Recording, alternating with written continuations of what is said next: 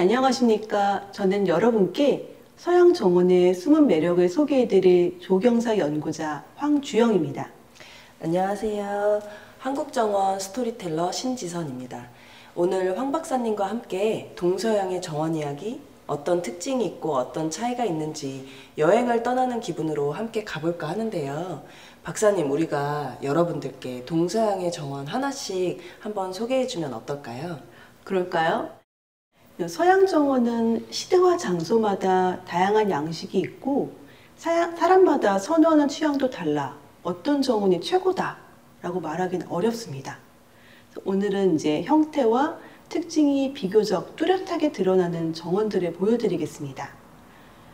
이탈리아의 르네상스를 대표하는 빌라 데스테와 빌라 란테, 또 메디시가의 여러 빌라 정원, 프랑스의 루이 14세 시대에 조성된 보르빅 공투와 베르사유의 정원, 그리고 여기에 영향을 받은 여러 바로크 시대의 정원을 소개해드리고 싶어요. 와, 박사님은 이 많은 곳을 직접 다 가보셨나요? 정원이 좋아서 이제 정원을 연구하기 위해 유럽에서 잠깐 지냈었는데 이제 보통은 박물관이나 명소를 가시지만 저는 정원을 집중적으로 방문했었죠. 지금 생각해도 참 행복한 기억이네요. 신 대표님도 아름다운 한국 정원을 많이 보지 않으셨나요?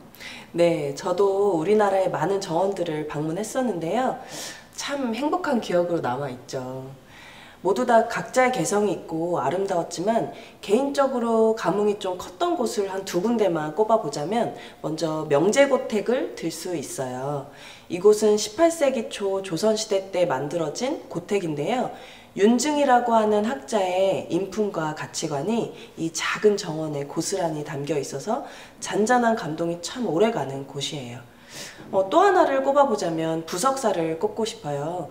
이 최순우 선생님의 무량수전 배울림 기둥의 기대서서, 이 책으로 굉장히 유명하지만 저는 이 무량수전보다는 석축을 보러 갔어요. 한 폭의 추상미술을 보는 것 같은 압도감이 이 커다란 3m가량 쌓여진 오래된 돈들에서부터 느껴지더라고요. 그런데 혹시 한 번도 한국 정원을 안 가보신 분이 계시다면 창덕궁 후원에 있는 5개의 왕의 정원을 꼭 가보시라고 추천하고 싶어요. 서울 한복판에 있지만 마치 딴 세계로 온 듯한 기분도 느낄 수 있고요. 창덕궁이 세계문화유산이잖아요. 이렇게 후원이 유네스코 세계문화유산으로 등재될 수 있는데 큰 기여를 한 만큼 살면서 창덕궁 후원은 꼭 한번 가보시라고 말씀드리고 싶네요. 그럼 동양과 서양 정원의 차이점을 비교해 보면서 우리 특징을 살펴볼까요? 박사님은 어떤 차이가 눈에 띄셨나요? 정원에서 가장 극적인 요소라면 이제 물을 꼽을 수 있을 텐데 동양과 서양의 정원은 물을 사용하는 방식이 참 다른 것 같아요. 서양 정원에서는 분수가 거의 항상 등장하지만 동양에는 분수가 없지 않나요? 맞아요. 그러고 보면 동양 정원에서는 분수가 없죠. 사실 등장하기 시작한 것도 서양 문물이 많이 들어오고 나서부터이지 그 이전에는 상상도 해보지 않았던 것 같아요. 청나라 때 서양의 선교사들이 만든 황제의 정원인 원명원에 만든 서양루 정도나 있을까요? 네, 그렇죠. 이제 서양에서는 이제 정원에서 물을 장식적인 요소로 사용한 역사가 꽤 깊습니다. 중세 말의 테피스트리나 아니면 수도원, 그리고 이제 알람브라 같은 이슬람 문화의 영향을 받은 정원에서 물은 굉장히 중요했고 분수가 정원을 즐겁고 또 쾌적하게 만들었어요. 사진을 보니까 정말 화려한 옷을 입고 재밌게 즐기는 사람들의 모습이 상상이 잘 되네요. 또 르네상스의 정원에서는 분수뿐 아니라 수력을 이용해 움직이는 오르간, 그리고 자동 인형인 오토마타도 있었고요. 베르사유를 포함한 바로크 정원에서는 또 물을 극도로 통제해서 인간의 뜻대로 작동하게 했습니다. 와, 어떻게 저런 게 가능하죠? 전기로 작동하는 원리인가요? 신기하죠? 네, 보여드린 정원들은 다 산업혁명 이전의 정원이죠. 그래서 전기가 발명되기 이전입니다. 와, 더 신기한데요? 전기도 없이 저 정도 높이로 물이 올라갈 수 있다니.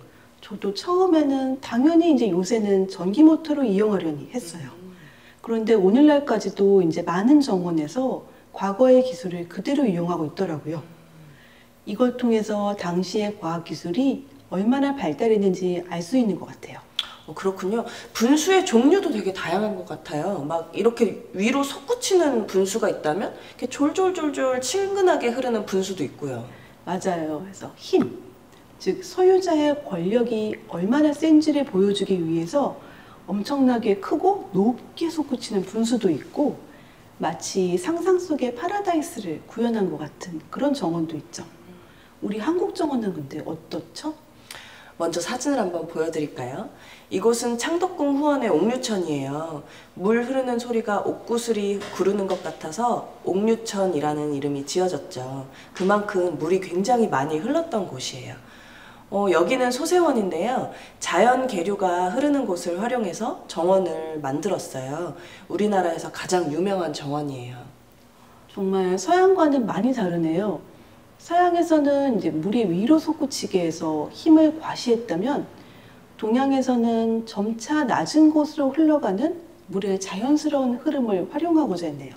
네, 맞아요. 동양의 정원에서는 자연에서 볼 수 있는 경치에서 크게 다르지 않기를 바랬던 것 같아요. 실제로 자연 계류에 그냥 정원을 만드는 경우도 많이 있었고요. 그래도 물을 사용한 방식은 동양과 서양이 굉장히 많이 다르지만 물이 주는 청량감이나 생동감을 활용하려고 했던 것은 비슷한 점이기도 하네요.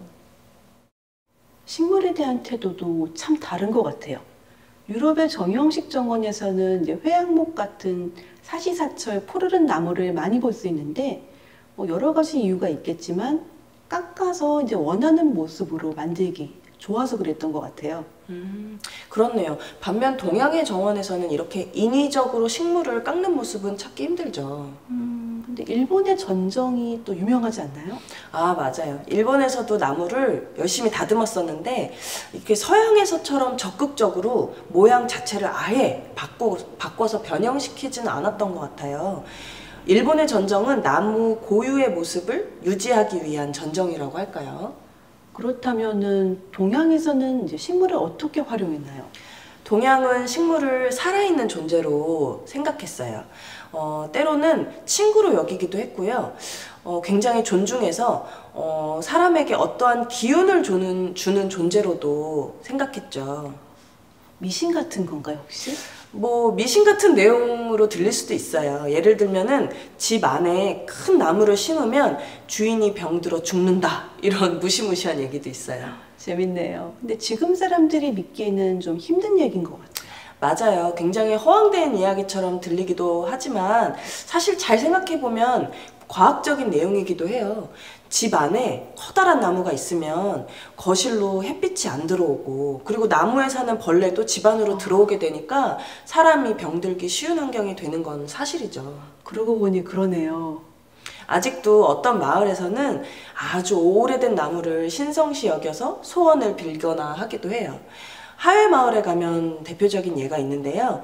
그런 미신을 믿지 않더라도 큰 나무가 주는 느낌은 굉장히 남다른 것 같아요. 나무에게 소원을 빈다니 서양과 동양의 식물을 대하는 태도는 정말 다르네요. 서양에서는 돌도 정교하게 깎아서 본인이 원하는 형태로 만들어 정원을 장식했죠. 네, 대개는 이제 신화나 종교 속의 중요한 인물, 아니면 군주나 위인들의 모습을 깎아 만든 조각상으로 정원을 장식했죠. 심지어는 이제 동굴도 인공적으로 만들었어요. 동양에서는 어떤가요? 돌을 정원에 두고 감상하는 것은 같은데요. 서양처럼 또 이렇게 인위적으로 돌을 깎기보다는 그냥 굉장히 기이하게 생긴 그런 자연의 돌을 찾아서 정원에 두는 걸 좋아했어요. 기이하게 생긴 돌을 왜 좋아했을까요? 진시황제 혹시 아시죠? 네, 최초로 중국을 통일한 사람이죠? 네, 맞아요. 그만큼 굉장히 막강한 권력을 갖고 있었던 징시황제인데요. 이분은 죽지 않고 영원히 살고 싶었어요. 그런데 이때 바다를 건너서 동쪽에 신선이 사는 산이 있는데 그곳에 불로초, 그러니까 죽지 않고 영원히 살게 해주는 약초가 있다는 거예요. 그래서 이 진시황제가 신하들을 동원해서 불로초를 구하려고 막 굉장히 애를 많이 썼는데 끝내 사실 찾지 못했죠. 그래서 너무 속상한 이 마음을 달래고자 궁궐 뒤편에 멋진 정원이 있었는데 이 정원에다가 마치 신선이 사는 것 같이 생긴 것 같다 싶은 괴이한 돌을 두고 마음을 달랬다고 해요. 이때부터 이 괴이한 돌을 보면 오래오래 죽지 않고 살고 싶은 이 마음을 표현하는 상징이 되었죠. 그래서 한국 정원에도 많은 괴석들이 놓여져 있어요. 우리가 오늘 서양과 동양의 정원을 비교해 보고 있는데 저는 사실 축이야말로 서양의 정원과 동양의 정원의 가장 뚜렷한 차이인 것 같아요. 그런가요?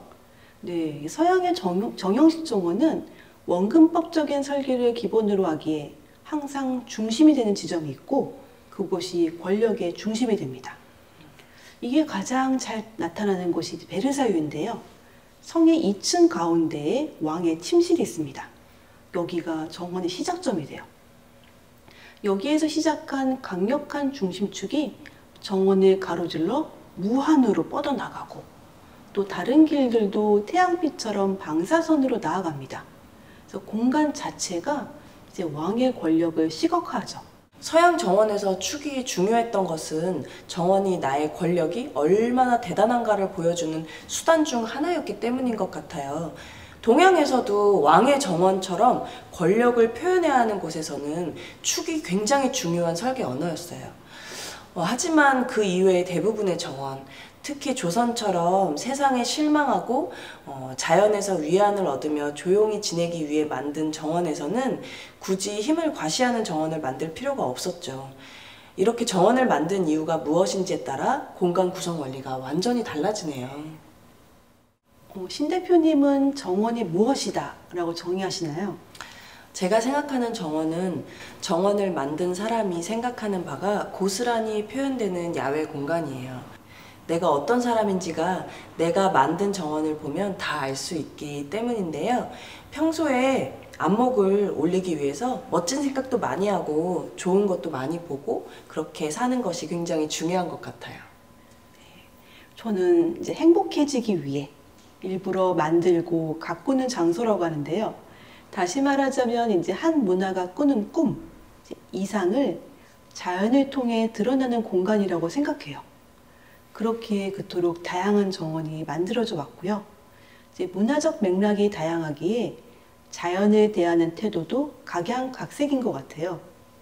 맞아요. 서양의 문화, 동양의 문화가 자연을 어떻게 대하는지를 단번에 이해하기는 어렵지만 물, 식물, 돌 이런 자연 소재들을 어떻게 사용했는지를 보면 확실히 느껴지는 것 같아요.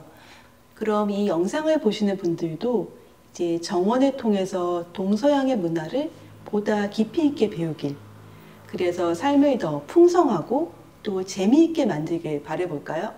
여기까지 동서양의 정원 문화 비교를 통해 본 자연, 인간, 그리고 건축감이었습니다. 고맙습니다.